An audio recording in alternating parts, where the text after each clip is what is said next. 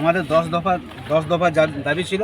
এই 10 দফা দাবির মধ্যে মূলত যেটা আছে আমাদের এই এলাকার সামনে যেটা হচ্ছে হাড়াভাঙ্গা ডামালিয়া অস্থি বিসর্জন ঘাট, আদিবাসীদের অস্থি বিসর্জন ঘাট, যেটা আমাদের আদিবাসী ভাষায় বলি জাংবাহা বোয়েল ঘাট। এটা এখন সুদূর সে 400-500 বছর আগেকার আমাদের এই হেরিটেজ মানে স্থল, এইটা দাবি ছিল। তারপর দ্বিতীয় দাবি ছিল আমাদের এই যে হাড়াভাঙ্গার কাছে যেটা ব্রিটিশ আমলের যে ব্রিজ, সেই ব্রিজটা যাতে অবিলম্বনে আমাদের হয় পুনর্নির্মাণ হয়। 3 নম্বর ছিল আমাদের এই এলাকায় যেখানে আদিবাসীরা জমি দখল করে রেখেছে সেই জমিগুলো যাতে আমরা উচ্ছেদ না হয় তার ব্যবস্থা সরকারকে নিতে হবে। আর যারা দীর্ঘদিন ধরে বসবাস করছে যেখানে তাদের বাস্তুকীকরণের রেকর্ড করতে হবে।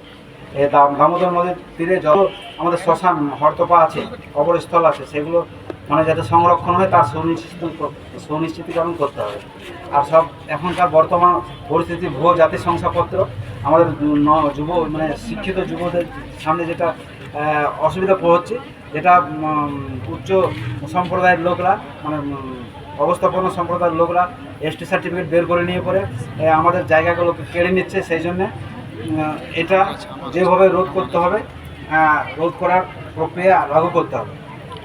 এলাকার মাঝি থান, জাহের থান, হাতভঙ্গা থান, সারনা স্থল, এইসবের জায়গার যেগুলো আছে সেগুলো পাট্টা দিতে হবে। যেখানে তোর মোড় হতে একেবারে হাড়াভাঙ্গা ডামালিয়া জাংবাহা বোয়েলঘাট পর্যন্ত বাবা তিলকা ডাহারের নামকরণ করতে হবে রাস্তাটা।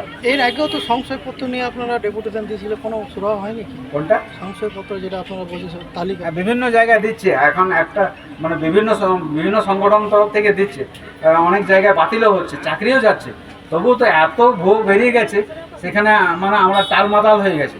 এত ভুয়ো সার্টিফিকেট বেরিয়েছে, এত চাকরি ঢুকে গেছে শিক্ষা মানে মেডিকেলে, টেকনিক্যালে, ইউপিএসসিতে, বিভিন্ন জায়গায়, যেটা আমরা মানে কুলকিনারা খুঁজে পাচ্ছি না।